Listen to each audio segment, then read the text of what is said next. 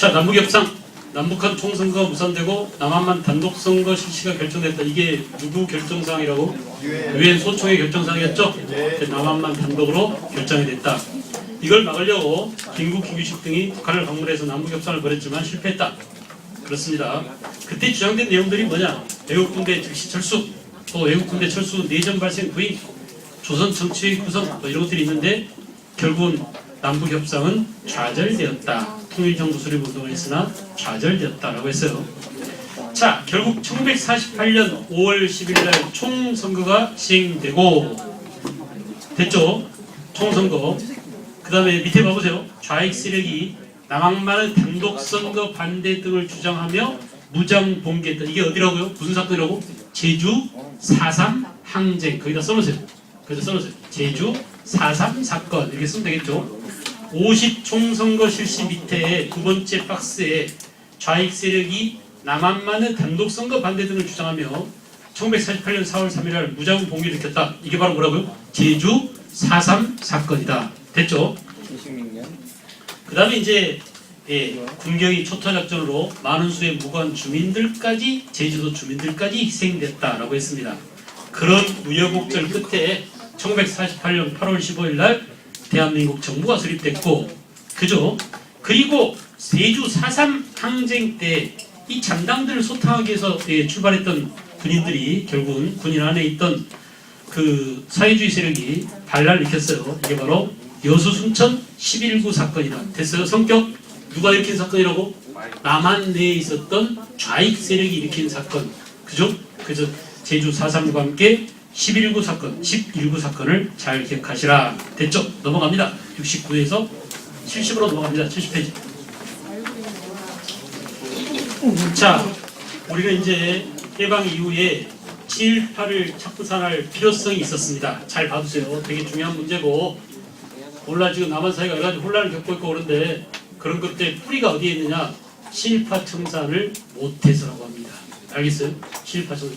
나라를 일본한테 빼앗기고 말이야. 결국 해방이 됐지만 그 일본 밑에서 그 일본의 하수인으로서 우리 민족을 팔아먹는 압제비도를 했던 놈들이 그대로 살아남아 있으니 이게 제대로 된 나라입니까? 첫 단추가 잘못 깨졌다고 그랬죠? 보세요. 반민족 행위자에 대한 단죄를 통해서 민족의 정기와 사회 정의를 확립하고 우리 역사를 바로 세워야 할 텐데 그러지 못했어요. 특히 미국 놈들이 들어와가지고 미 군정청이 일제 식민 통치기구에 일하던 관리와 경찰을 그대로 등용. 줄 보세요. 이게 잘못된 겁니다. 미국이 일제에 협력했던 일제 식민 통치기구에서 일하던 관리, 친일파 관리들이죠. 또 친일 경찰들이죠. 걔놈들을 그대로 등용시켰어요. 친일 세력이 다시 득세할 수 있는 기회를 제공한 겁니다. 미국이 우리 친일파를 다 제거할 줄 알았더니 우리 친일파를 친구로 생각해 이 순간 어떻게 돼요? 친일파가 친미파로 전환되는 거죠. 이해하겠어요? 그래서 이렇게 친일파와 친미주의자들이 한 덩어리가 됐다 이거야. 여러분 봐봐 얼마나 웃긴 거야. 이거 이 모순점을 이 패러독스를 어떻게 설명할까요? 미국이 2차 세계대전 때 누구랑 싸웠어요? 일본하고 싸웠잖아요. 그래 안 그래요? 신의 적은 일본이야. 근데 그 일본한테 짓밟힘을 당했던 우리 한국이죠. 네. 이거 봐 얘들아. 적은 뭐가 돼야 돼? 친구가 돼야 되잖아요. 내 말 알겠어? 이들이 싸웠으니까 적은 우리도 얘들하고 싸웠죠. 이렇게 합쳐서 싸웠잖아. 이렇게 손잡고 우리가 미 OSS 애들 협력해주고 그래 안 그래요? 비행 대대까지 편성해서 또 애들 간첩이 돼가지고 일본에 파견되기도 하고 일본 놈 잡아다가 애들 대신 우리가 고문해주고 이렇게 해서 서로 손잡았으면 우리를 대우해주고 한국을 친구로 해야 될 텐데 오히려 이 한국 안에 있던 이 놈들하고 친했던 놈들하고 친구가 된 거야. 이 나쁜 놈들이. 그러니까 이런 모순을 어떻게 해결할 거냐. 이게 우리 민족 모순인데 이게 우리나라만이 아닙니다. 미국이 말이죠. 약소국을 바라보는 시선이 그래요. 미국한테 이득이 되는 놈들을 키워서 그 나라를 잡아먹고 그 나라를 식민지로 삼고 그 나라의 독재자를 양성하고 이런 것들이 주로 미국이 남미에서 하던 일들이에요. 주로. 알겠죠? 남미 독자들을 양성하고 독자들을 키우는 게 미국 CIA가 거의 모든 재밌는 영화들이 그런 그 대본에 의해서 쓰여진 내용들이 많습니다. 알겠어요? 그러니까 뭐 그 실리아라든지 또는 뭐 수많은 나라들, 페루라든지 이런 나라들이 전부 다 그런 공작에 의해서 독재자들이 그 권력을 잡은 경우가 있죠. 자 보세요. 그래서 미 군정계 정책이 그랬고 결국 뭐냐? 1948년 봐봐. 제헌국회에서 뭘 만들었다고요? 반민족 행위자 처벌법, 반민특위법 또는 반민법 이렇게 얘기하죠. 그래서 친일파 처벌에 의한 법률을 만든 게 무슨 국회라고? 제헌국회다. 알겠죠? 1948년 9월달에. 그래서 반민특위를 구성하고 법을 제정해서 그 법률에 따라서 반민, 이거 보세요. 지금 우리나라도 세월호 특별법이 마련돼서 똑같은 거야. 이게 세월호 특별법이나 반민족 행위자 처벌에 관한 특별법 이게 똑같아요. 그걸 특별법에 따라서 뭐예요? 세월호를 진상을 규명하기 위해서 뭐야? 세월호 진상규명 특별위원회가 만들어졌죠. 그것처럼 반민족 행위자를 골라내기 위한 특별위원회가 만들어서 반민특위야 이게. 알겠어요? 이렇게 진행됐습니다. 근데 이게 제대로 됐어요? 안 됐어요. 친일파들이 득세해 보이는데 이게 되겠습니까? 당시 경찰이 전부 다 친일파, 또 권력을 잡은 이승만은 친미주의자이면서 친일파들을 자기 하수인으로 쓰고 있는 사람, 그런 상태에서 안 되더라고요. 그 과정을 보겠어요. 자, 그래서 그 밑에 봐봐. 화신백화점 사장 박흥식. 여러분 지금은 없어졌어요. 옛날에 종로 2가에 우리 때 재수할 때는 주로 어디서 했냐면 종로학원에서 했습니다. 그게 종로에 있었어요. 지금 종로학원이 종로에 있었어. 그래서 종로학원이야. 근데 그 종로학원 있는데 화신백화점이 있었어요. 대한민국에서 가장 큰 화신, 일제시대에 에스컬레이터가 있었습니다. 그 얼마나 대단한지 알겠죠? 그 사장이 누구예요? 박흥식이에요. 이게 누구라고요? 대표적인 친일파입니다. 알겠죠? 이렇게 반민특위가 활동해서 잡아들인 친일파들이 손에 꼽을 정도로 몇 명 안 돼요. 그 중에 대표 선수들만 여기 나왔으니 달달달 알아들어. 사람 누구라고? 화신백화점 사장 누구? 박흥식. 3.1운동 민족대표자 가운데 한 사람이 누구였어요? 최린. 이 사람도 3.1운동 때까지만 괜찮았어. 아니 3.1운동 때 최남선도 괜찮았잖아요. 3.1운동 때 이광수 이런 사람도 다 괜찮았죠. 근데 나중에 어떻게 돼? 전부 다 친일파로 변질됩니다. 알겠어요? 최린 같은 사람. 그 다음에 독립운동가를 고문한 악질 경찰 잊지 마라. 누구라고? 노덕술. 암살에 나온 누구예요? 그 배우가 누구죠? 암살에 나온 친일파 이정재 같은 놈이야. 노덕술이. 이게 이정재예요. 이정재. 노덕술이를 이정재가 노덕술 연기를 한 거랑 마찬가지예요. 그죠? 그 다음에 김태석, 또 친일 행위를 했던 최남선, 이광수, 이런 사람들을 잡아다가 이제 벌을 줄 차례입니다. 그런데 여러분 봐봐. 그런데 이승만이 특별 담화를 열었습니다. 반민특위 활동은 삼권 분립에 위배된다. 여러분 보세요. 왜 이런 말이 나왔을까요? 이승만이 지금 왜 삼권 분립에 위배된다는 말을 했을까? 원래 국회가 하는 일이 뭐야? 입법이죠. 법원에서 하는 일이 뭐예요? 법원에서 하는 일이 사법이죠. 그죠? 그리고 정부가 하는 일이 행정이죠. 이게 삼권 분립 아닙니까? 대통령은 이 일 해야 되고 법원에서는 이거 해야 되고 국회는 야 너희들 법만 만들어. 그러면 법원에서 사람들을 잡아다가 처벌할 거야 라고 했는데 지금 이 특별법은 뭐예요? 국회 안에 특별위원회가 사람들을 잡아다가 체포하고 잡아다가 친일파인지 아닌지 판별할 수 있는 권한까지 얘들한테 다 줘버렸어요. 그러니까 얘들이 해야 될 권한을 왜 국회 안에 특별조사위원회가 너네들이 갖고 있냐라고 해서 삼권 분립에 위배된다고 이것을 탄압하기 시작한 겁니다. 만약에 봐봐. 얘들아 너네들이 친일파를 잡아와 라고 하면 애들이 제대로 잡겠어요? 전부 다 이승만 조개들이 이게 앉아있는 거야. 친일파들이. 알겠죠? 그래서 제헌의회에서 여기서 이렇게 특별조사위원회를 만들고 했는데 이것을 탄압하기 위해서 이승만이 뭐 했다고? 특별 담화를 내리고 좌익 반란분자들이 반민특위 안에서 활동했다. 이렇게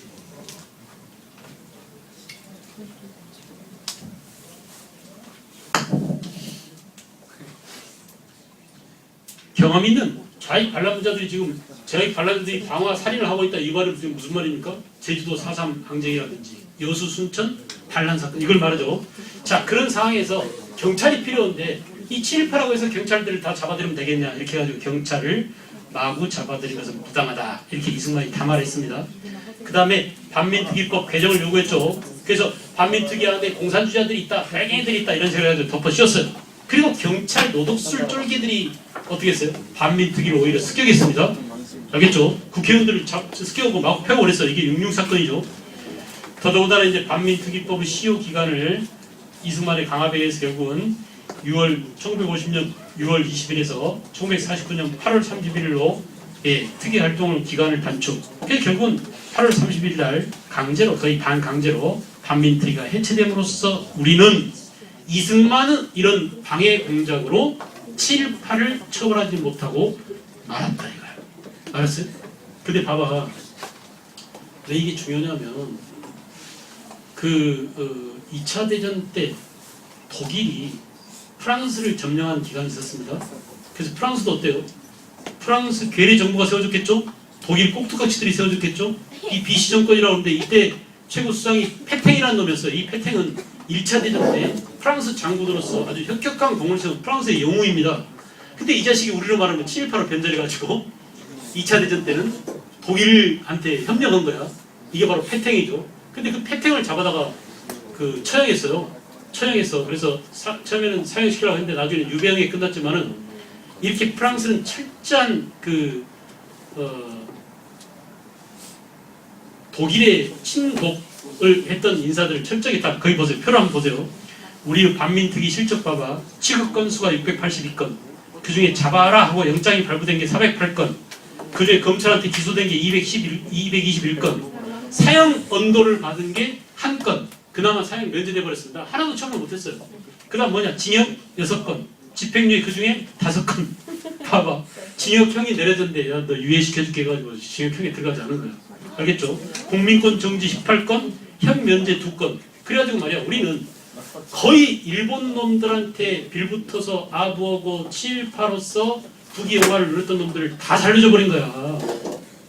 프랑스를 보세요. 사형 6,763건. 실제로 죽인 놈 760. 그 당시 이제 어떻게 됐을지 좀 가면시켜서 좀 봐주고 오겠죠. 그래 안 그래? 실제 처형 당한 사람 767건. 즉결 처형 포함시 약 12,000건. 그러니까 즉시 죽여버린 놈들입니다. 아직 탈환하기 있잖아요. 프랑스.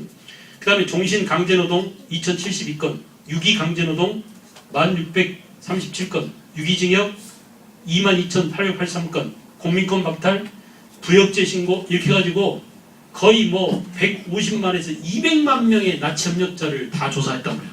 그래서 완전히 그냥 지금도 2차 대전 때 독일 앞잡이 노를 했던 놈들이 발견되면 지금까지도 시효를 두지 않고 처벌합니다. 알겠어요?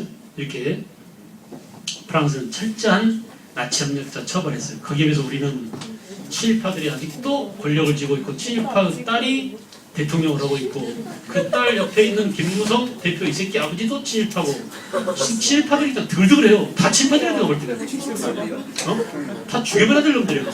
알겠어요? 잡아 죽여도 안 시원찮은 놈들이 나라를 끌고 가고 있어요. 우리도 다음날 지도자도 다음날 안 나오지. 죽여버려야 돼. 누굴 죽여? 용치마 친일파를.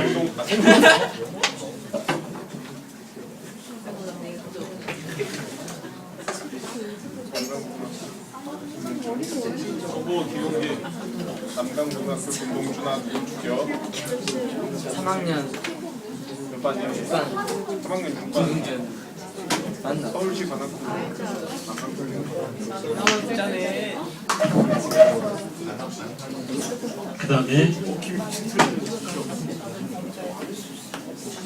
71쪽은 북한 정권의 수립 과정이죠. 나만 알겠죠? 나만 지금 어떻게 정해졌는지. 특히 반민특위법 7.18 처단 이런 내용들 좀 잘 알아두세요. 재헌 그 위에서 반민특위법을 만들었다는 거. 자, 조선민주주의인민공화국 이거 옛날에는 입에 올리지도 못했어. 우리 때는 입에 담지도 못했던 그런 단어입니다. 그냥 북한 이렇게 했었지. 북한의 정식 이름이 조선민주주의인민공화국인 줄 몰랐어요. 그래서 알고 있었어도 학생들 앞에서 감히 이런 말을 할 수가 없었습니다. 그러니까 지금 막 대통령을 욕하고 박근혜 그냥 막 이렇게 해도 안 잡아가기 시작한 게 언제냐면 김영삼 대통령 때부터요. 그때부터 개콘의 대통령을 까고 대통령을 흉보고 욕해도 김대중 때부터 안 잡아가기 시작했어요. 그러니까 내가 잡혀갈 일은 없어요. 혹시 잡혀가면 찾으러 안양교도소를 알았어요.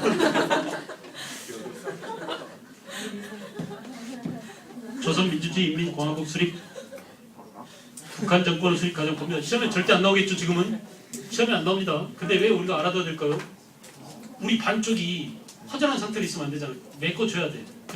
그쪽도 역사가 있어. 그쪽도 사람이 살고 있다. 그쪽도 인공위성을 쐈다. 우리는 실패했는데. 알겠죠? 우리는 인공위성 실패해서 나로도에서 몇 번 쏴가지고 계속 떨어뜨렸잖아. 못 올리고. 근데 걔들이 올라갔어요. 우리는 핵이 없는데 걔들은 핵이 있다. 이 엄연한 사실을 부정할 수가 없어요. 그래 안 그래? 그럼 거기에 사람이 있고 그들이 뭔가를 만들고 그들이 국가라는 시스템을 갖고 늘 우리를 위협하고 있다. 근데 그 김정일을 좋아하느냐? 싫다. 나도 김정일. 꼴도 보기 싫잖아. 그 돼지 같은 새끼. 그래 안 그래? 그래서 북한에서도 날 잡으러 올까? 멱다로 올까? 최고 저놈을 욕했다고? 근데 보기 싫어요. 그런 놈 밑에 있기 싫어요. 그죠? 남쪽도 마찬가지야. 남쪽도 그런 밑에 있기 싫어요. 알겠죠? 그래서 광복 직후 북한은 정세를 돕니다. 광복 직후 평양의 평남 줄곧 평남 건국준비위원회 조만식이 건국준비위원회를 만들었어요. 자, 그러면 여러분 이렇게 생각해야 돼. 남한에서는 누가 건국준비위원회를 만들었다고 생각하? 여운형이요. 북한에서는 누가요? 조만식이. 알겠어요? 이렇게. 자, 해방되기 직전 또는 해방된 직후에 이렇게 우리도 빨리 우리 조국의 나라를 세워야 돼. 이렇게 건국을 준비할 준비위원회가 있었다. 해봐라 얘들아. 남쪽에는 누구라고요? 여운형. 북쪽에는 누구라고? 조만식이 있었다. 알겠죠? 조만식, 조병식, 조병갑 이 조씨들이 마구 쏟아 나오니까 주의해야 됩니다. 헷갈리지 않도록. 여기 누구라고? 조만식. 이 조만식은 또 뭘로 유명해요? 물산 장려운동을 했던 평양에서 아주 유명한 사람이죠. 그죠? 민족주의자고 우파입니다. 조만식은 평양에 있었지만. 그러다가 1940년 2월달에 북조선 임시인민위원회를 구성하고 자 여기서 사회주의 국가를 위한 중요 사업을 다합니다. 그래서 토지개혁을 단행하고 시험에 나오죠. 요건 시험에 나오죠. 그래 안 그래? 북한의 토지개혁 방식은 뭐예요? 무상몰수, 무상분배에 비해서 우리나라 남한은 뭐였어요? 유상매입, 유상분배였죠. 그죠? 남한의 농지개혁은 뭐야? 유상매입, 유상분배인 바에서 거기인데 반해서 북한은 뭐라고? 무상몰수, 무상분배였다 라는 점에서 다릅니다. 알겠죠? 다릅니다. 그 다음에 주요 산업시설들을 국유합니다. 8시간 노동제를 실시합니다. 이런 점들은 되게 획기적이죠. 지금 우리도 8시간이 아니에요. 그래 안 그래? 근데 거기에 비해서 북한은 이미 해방된 직후에 바로 8시간 노동제, 남녀평등법 이런 것들 진짜 우리보다 훨씬 더 평등해. 왜냐하면 사회주의 국가 자체가 평등한 사회잖아요. 평등사회를 지향하기 때문에 이렇게 제도적으로 담보했어요. 친일파 지죽, 자본가, 종교인, 지식인 등을 처벌했습니다. 상당수가 남쪽으로 많이 내려왔습니다. 알겠죠? 그래서 월남해온 사람들이 많다. 자, 그러다가 이제 임시자를 떼버린 북조선인민위원회가 만들어지고 이 북조선인민위원회의 위원장에 김일성이 드디어 선출돼서 이제 드디어 자기가 주인공이 되기 시작합니다. 그 전에는 누구를 내셨어요? 조만식이를 많이 내셨어요. 알겠죠? 그러다가 나중에 북조선 임시인민위원회 임시자를 떼고 그 이듬해인 47년 2월달에 북조선인민위원회를 만들고 거기에 실질적인 실권자 김일성이 소련을 국토화시켰던 김일성이 결국은 두령으로 나서게 되죠. 수령으로. 그래서 1948년 9월 9일날 아까 얘기한 조선민주주의인민공화국이 수립됐다. 김일성이 내각의 수상에 취임했다. 그 다음에 여러분 봐봐. 조선노동당 일당 독재체제 강화 과정. 그래서 조선공산당, 북조선, bun국을 설치. 제가 지난 시간에 말씀드렸죠. 원래 소련 코미테는 국제공산당 정부국에서는 한 나라에 한 개 당만 인정해줬어요. 일국 일당 체제야. 알겠죠? 공산당이 한 나라에 하나밖에 없는 거야. 근데 이미 남한에서 누가 먼저 공산당을 만들었어요? 조선공산당을? 박헌영이 만들었잖아요. 그래서 할 수 없이 조선공산당, 북조선, bun국을 만들었던 겁니다. 그 다음에 이제 이것을 북조선 공산당으로 바꾸고 북조선 공산당을 다시 북조선 노동당으로 바꿔서 북노당으로. 그때 박헌영도 뭘로 바꿨어요? 남한 노동당으로 바꿨죠. 이해하겠어요? 이걸 줄여서 박헌영이 뭐라고? 남노당 그러고 이때 북한을 뭐라고요? 북조선 노동당을 북노당 이렇게 하다가 나중에는 조선 노동당에 하나로 합쳤습니다. 이 조선 노동당 위원장이 또 누가 앉았어요? 김일성이 앉았어요. 봐봐. 무슨 말 알겠죠? 정치적으로 당파로서도 조선노동당 최고지위에 김일성이 앉고 그 다음에 북조선 인민위원회를 만들어서 위원장이 되더니 드디어 조선민주주의인민공화국을 세우고 지가 대빵이 되더라. 그 다음에 여러분 이제 이렇게 해서 우리는 거기 들어보세요. 남한의 대한민국이 북한 조선민주주의인민공화국이 수립됐습니다. 이 두 체제가 어떻게 되겠어요? 이제 충돌할 수밖에 없습니다. 싸울 수밖에 없겠죠. 그 과정을 6.25라는 한국전쟁이라는 이 전쟁을 보도록 하겠어요. 시험에 나오죠. 강조하고 나옵니다. 이 정권에서는 분명히 한국전쟁을 시험에 낼 겁니다. 보세요. 그러니까 자, 한국전쟁의 배경. 첫째, 우리 민족 안에서 민족 내부가 분열되고 있었다. 사회주의 계열, 좌익 사회주의 계열과 사회주의 국가를 건설하려고 했고 우익 민족주의 계열은 자본주의 국가를 세우려고 했다. 이렇게 우리 민족 내부의 좌우 대립. 여러분 그냥 간략하게 민족 내부의 대립은 뭐예요? 좌우 대립이에요. 자, 이걸 생각해보자. 좌우 대립은 언제부터 있었냐? 봐봐, 얘들아. 이 좌우 대립은 1919년 3.1 운동 이후에, 알겠죠? 1920년대에 뭐가 들어왔어요? 사회주의 사상이 들어왔어요. 응? 사회주의 사상이 들어온 다음에 이때부터 사회주의 사상이 유입돼가지고 뭐야? 좌익이 생겨서 좌익이. 그래서 좌익과 우익, 민족 진영이죠. 그죠? 이렇게 좌익, 우익의 대립이 생겼다. 봐봐 얘들아. 이게 머릿속에 있을 때 하나의 주제가 나오면 그 주제에 대해서 쭉 꿰고 있어야 돼요. 근데 이 일제시대에 사회주의 좌익과 민족진영 우익의 대립을 극복하기 위한 노력이 1926년부터 일어나더니 1927년에 뭘로 만들었다고? 신간회로. 이게 바로 뭐야? 민족 유일당 운동이죠. 그죠? 그래서 이거 다른 말로 뭐라고 한다고? 좌우 합작 운동이다. 결국은 좌우 합작 운동이 민족 유일당 운동이고 이 결과물이 바로 뭐라고요? 신간회와 근우회. 국내에서는 그렇고 국외에서는 뭐냐? 삼부 통합 운동이 전개됐다. 그 삼부 통합 운동도 뭐라고? 좌우 합작 운동이었다. 우리가 공동적 일본을 앞에 놓고 좌우라는 사상 대립 때문에 우리끼리 싸울 필요는 뭐가 있느냐?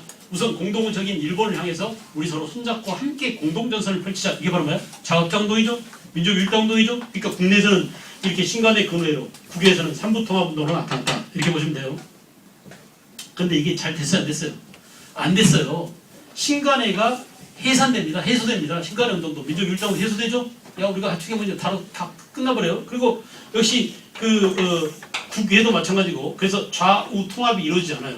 결국은 이렇게 좌우 대립이 지속되다가 이것이 나중에 좌우 합작 운동이 1940 언제 또 좌우 합작 1900 몇 년? 46년 그죠? 좌우 합작 7원칙을 발표했을 때 좌우 합작 운동이 또 일어나죠. 그죠? 이때 좌우 합작 운동 누구야? 사람 누구하고 누구? 여운형하고 김규식이라고 있어요. 그죠? 좌우 합작 7원칙을 발표했을 때의 좌우 합작 운동이다. 자, 역시 이때에도 정부 수립 문제로 서로 결국은 의견 대립이 빚어져서 결국은 좌우 합작 운동이 결렬되고, 이와 같이 해방되기 이전부터 시작된 좌우 대립이 결국은 해방된 이후에도 계속 나타나더라. 그죠? 자, 보세요. 1945년 8월 15일 해방이 된 이후하고 1919년 3월 1일 날 3.1운동 때 이후하고 이렇게 좌우의 대립 문제를 놓고 보면은, 자, 여기는 방금 했어요. 여기는 방금 하고 1945년 8월 15일 이후 해방 이후에 자, 이때는 완전히 달라집니다. 거의 대다수의 좌익들이 어디로 가요? 월북이에요. 북한으로 넘어가. 알겠죠? 그리고 북한의 월북 세력과 북한에 있었던 북한 공산주의자들과 손을 잡고 좌익들은 거의 다 북쪽으로 넘어가요. 그리고 뭐냐? 우익은 북쪽에 있던 우익은 아까 얘기했잖아. 월남합니다. 왜 월남할까요? 왜 월남할까요? 북쪽에서 뭐가 이루어졌어요? 북쪽에서? 북쪽에서? 북조선 임시인민위원회가 있었죠. 토지 국유화를 단행하고 여러가지 산업시설을 국유화하고 지주들의 재산을 몰수하다 보니까 지주였던 사람들, 자본가였던 사람들, 이 사람들이 남쪽으로 내려와요. 알겠죠? 그래서 남쪽으로 내려와서 남한사회는 이렇게 북에서 남으로 내려온 월남 인사들하고 남한의 우익세력들하고 합쳐져가지고 이렇게 결국 남한 정권 해방 세워지더라. 자, 그런데 이 안에서 다시 좌우 대립이 있었다. 좌우 대립. 그죠? 특히 이제 이때 이들과 손을 잡아야 된다. 남한에서 북한으로 넘어가지고 이들하고 손을 잡자라고 좌우 합작운동을 펼친, 그러니까 좌우 합작운동이라고 하지 않았지만 좌우 합작운동적 성격을 지닌 사람이 누구야? 김구하고 김규식이죠. 그래서 남북 협상을 전개했죠. 그래 안 그래? 그러다 이것이 좌절되고 결국은 이것의 대립이 1950년 무엇으로? 6월 25일 날 한국전쟁으로 터지게 된다 이거야. 지금 이 얘기죠. 민족 내부에 있었던 이런 좌익과 우익의 대립 문제가 결국은 계속 끈질기게 해결되지 않더니 1950년 6월 25일 날 민족 내부의 이런 사상 대립이 표출된 것이다. 외세의 개입 보세요. 결국 6.25 전쟁은 미국의 자본주의 시장 확대 정책과 소련의 공산혁명 확산 정책 이 두 가지가 충돌한 것이라고 볼 수 있죠. 그래서 우리가 대리 전쟁을 치른 겁니다. 북한은 소련의 앞제비 노릇을, 남한은 미국의 앞제비 노릇을. 알겠어요? 그래서 우리가 외세의 개입, 거기다가는 냉전 체제 이렇게 하면 되겠죠. 냉전.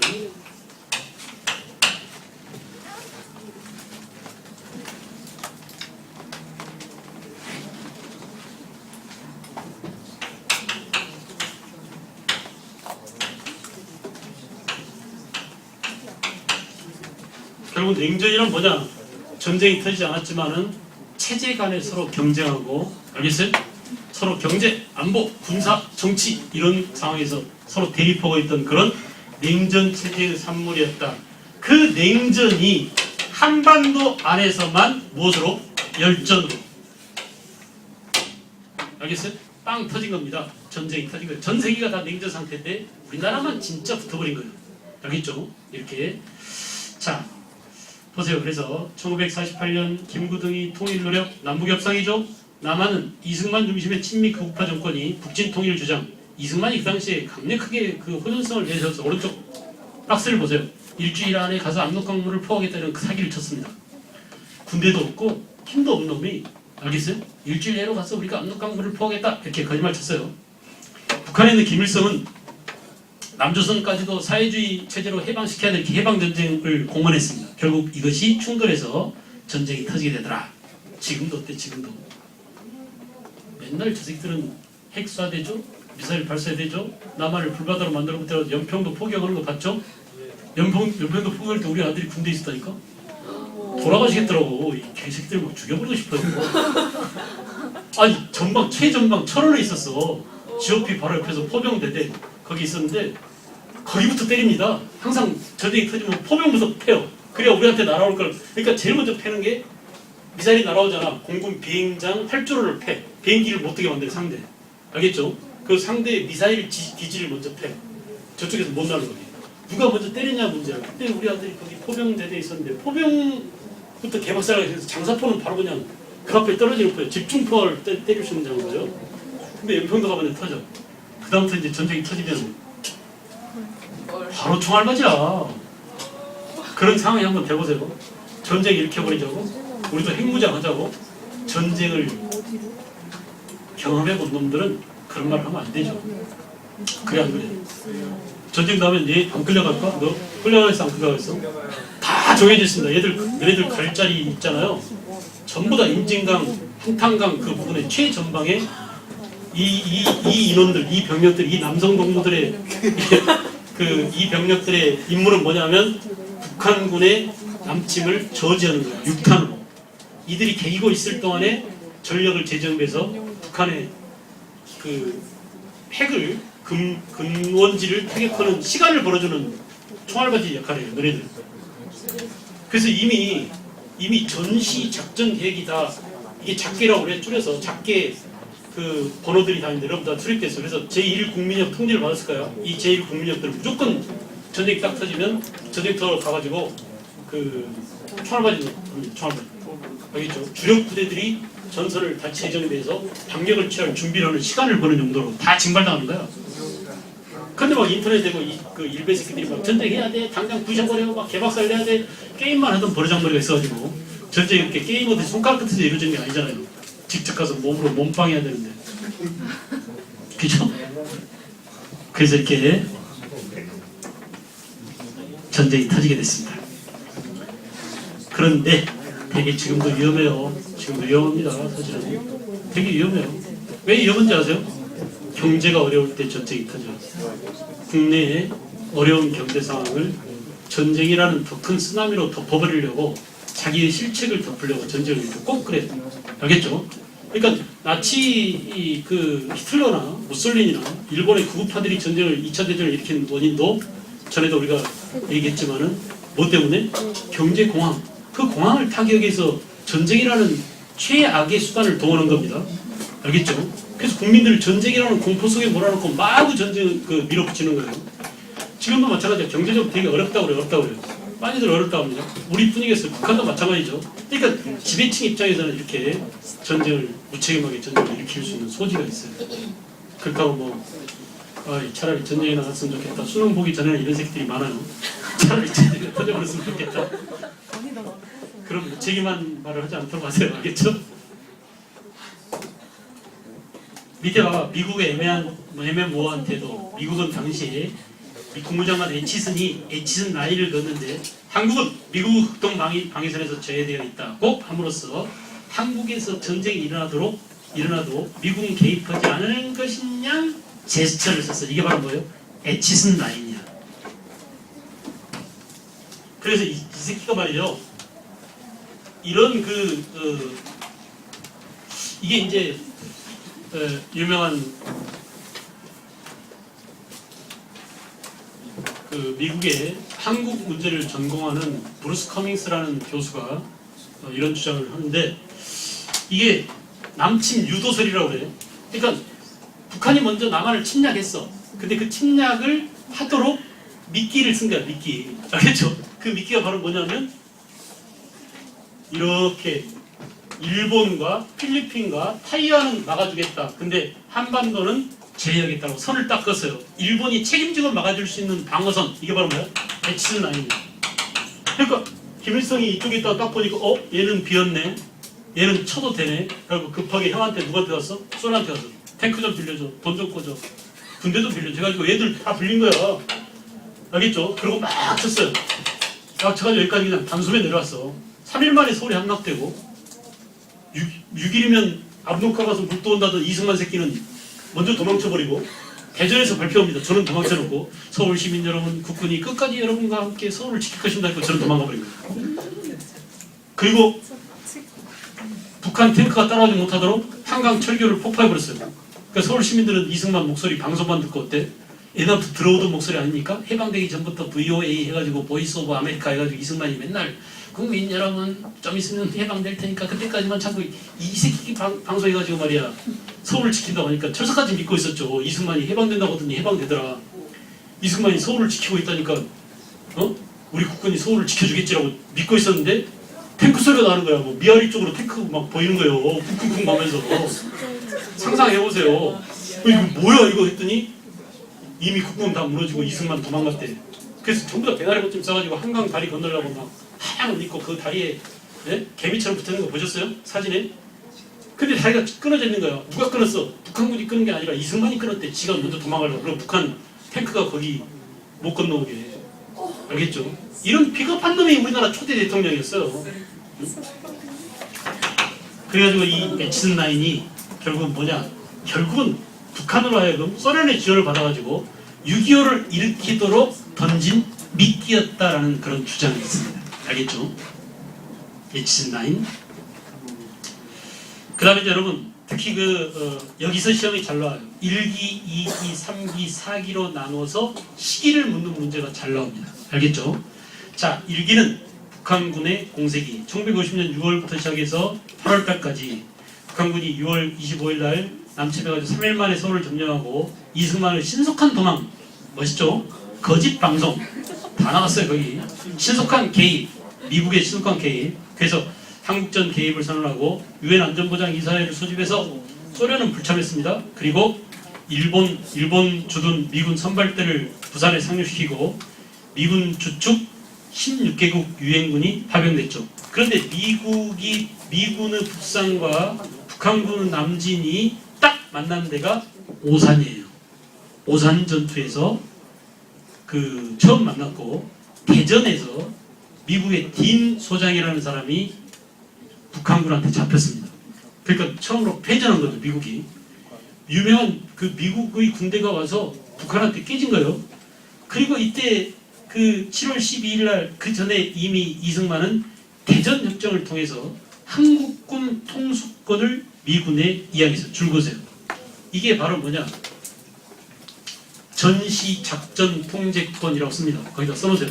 지금도 이거 돌려받지 못했어요. 이때 미군한테 야 전쟁 나면 너네들이 군대를 총지휘해줘. 그래서 우리를 보호해줘 형아 이렇게 하면서 준 거야. 알겠죠? 이때 준 전시작전 통제권을 지금도 우리가 돌려받지 못했어요. 노무현 때는 그나마 돌려받기로 약속했습니다. 근데 이명박 때 이거 안 줘도 좋아 좀 더 늦춰주면 안 되겠니라고 늦춰놨어요. 이 미친놈들이 정말로. 그래서 이렇게 늦춰줍니다. 지금 계속 늦춰질 거야 아마도. 그 다음에 제2기 보세요. 자, 유엔군의 공세기 다시 이제 반격을 펼쳤죠. 그래서 인천 상륙작전 이거 보세요. 지금 중요한 것은 뭐냐면 이렇게 나눠요. 지도에서 보여줄 때 낙동강 여기까지 내려온 게 1기야 1기. 알겠죠? 아주 쉬워요. 1기는 낙동강까지 다시 미군이 상륙해서 지금 올라가고 있죠. 올라가서 오산에 처음 만났다고 그랬죠. 대전부터 딘 소장이 잡혔다고 그랬죠. 그리고 다시 반격인데 미군이 어디에 했냐면 유엔군이 인천 상 여기를 끊었어요. 그래서 이미 와있던 공산군을 포위해서 선별할 수 있는 그런 근거를 마련했습니다. 알겠어요? 그래서 인천 상륙작전으로 결국은 9월 28일 날 서울을 수복하고 이제 총공세를 당해. 이때 도망 못 가던 북한 인민군들이 어디로 숨었어요? 지리산 게릴라가 됐어요. 빨치산 투쟁을 한 겁니다. 파르티잔이 된 거야. 파르티잔을 우리말로 빨치산 그래요. 알겠죠? 여기 들어가서 게릴라전을 펼치고 있었던 거예요. 그 다음에 총공세 어디까지 올라갔느냐? 압록강 그때까지 올라갔어요. 올라갔는데 이제까지 참전하지 않고 있던 여기 소련 말고 누구? 중국 공산당 중공이죠. 마오쩌둥을 설득했어요. 김일성이. 야 이 새끼야 내가 옛날 너네들 도와줬어. 그래 안 그래? 김일성이 도와줬죠? 연안파가 5만 명 군대가 마오쩌둥하고 누구랑 싸울 때? 장개석하고 싸울 때 장개석을 타이완하고 뭐라 할 때 이걸 국공내전이라고 해. 국공내전 때 우리 연안파 그러니까 조선 공산당 애들이 남아가지고 이 전쟁을 도와서 마오쩌둥으로 하여금 장제스를 타이완으로 몰아내는 공을 세웠어요. 그리고 그 5만 군대가 들어와서 6.25 전쟁을 치는 거예요. 그러니까 애들이 조선한테 갚을 빚이 있죠. 그래서 군대를 파견하지 않을 수가 없었어요. 알겠어요? 그래서 군대를 마오쩌둥이 파견. 그래가지고 얘네들이 인해전술로 내려옵니다. 알겠죠? 그래서 이게 바로 뭐예요? 일사후퇴. 이게 나오면 제 몇 기야? 제 몇 기? 3기입니다. 3기. 그래서 중공군의 개입 이게 나오면 제 3기. 알겠어요? 그리고 김일성 구원 요청으로 마오쩌둥이 3일간 검역 끝에 참전했다고 하는데 국군과 유엔군이 총퇴각을 하고 장진호 전투 그래가지고 이 해병대들이 여기서 대패를 합니다. 추위에 동사를 많이 했어요. 그래가지고 이게 뭐죠? 미국에 있는 우리나라로 말하면 현충원이죠. 거기에 한국전에 참전했던 군인들 조각이 있어요. 이게 장진호 전투 때 죽었던 미국 해병대의 모습을 실물 크기로 등신대 모습을 이렇게 조각을 해놓은 거예요. 공원에. 아주 유명한 곳이에요. 거기가. 알겠어요? 그래서 일사후퇴 때 이렇게 깨지고요. 그 다음 제4기. 자, 국군 유엔군의 총반격으로 다시 서울을 재탈환하고 자, 여기 보세요. 이 서울 시민이 돼봐. 여러분이 그 당시 서울 시민이라고 한번 생각해보세요. 인민군이 내려와서 서울이 뭐가 됐어? 공산치하가 됐어요. 다시 구입할 수복을 어때? 다시 우리나라 편이 됐어요. 다시 또 내려와서 북한군한테 또 넘어갔어요. 이 과정에서 서울 시민들 어때요? 어떨 때는 공산주의자 편이 되고 어쩔 때는 우리나라 편이 되고 이래가지고 말이야 이놈이 죽이고 저놈이 죽이고 해가지고 완전히 동족상잔의 대국이 바로 그런 아비규환이었었어요. 알겠죠? 그러니까 제4길 보세요. 현재 휴전선 부근에서 치열한 공방전. 고수 나온 영화가 뭐죠? 신하균하고 고수가 나온 고지전. 그 고지전이 바로 이 제4기를 묘사한 거예요. 끝났잖아. 고지전이 제4기를 묘사한 거예요. 끊임없이 고지를 놓고 서로 탈환했다가 또 뺏겼다가 하는 그런 전투가 반복. 그래서 미국은 북한 내폭격이 단행되고 휴전이 될 때까지 1953년 7월 달에 판문점에서 미군 공산 측 대표하고 미군하고 휴전협정이 사인했어요. 중요한 것은 우리나라는 거기 끼지도 못해, 남한은 끼지도 못했어요. 그래서 휴전이 지금 당사국이 누구야? 미국과 북한이에요. 그러니까 우리가 휴전협정 상태죠. 현재 이것을 그러니까 전쟁을 쉬고 있으니까 언제 전쟁이 될지 모르는 거예요. 사실은 법적으로, 제도적으로, 군사적으로 그렇습니다. 그러니까 지금 뭘 해야 돼? 빨리 이것을 무슨 협정으로 바꿔야 돼요? 평화협정으로 바꿔야 돼요. 평화협정으로 바꾸려면 야 남한하고 북한하고 둘이 평화협정 이게 안 돼. 북한하고 누구랑 평화협정을 바꿔야 돼? 미국이 해야 돼. 근데 미국이 북한을 상대도 안 해주는 거야. 그러니까 북한에서 맨날 야 나 좀 봐 우리 평화협정 해라고 지금 어필하기 위해서 맨날 뭐 하는 거야? 막 미사일 쏴대고 발사하고 지랄 발광하는 거야. 예? 그러니까 미국이 막 수천 기 갖고 있는 미사일, 핵 이것을 북한 이제 1개, 2개 만들고 있어요. 그러면서 어때? 어필을 하고 있는 거야. 여기까지 할까? 영어 수업까지 되지?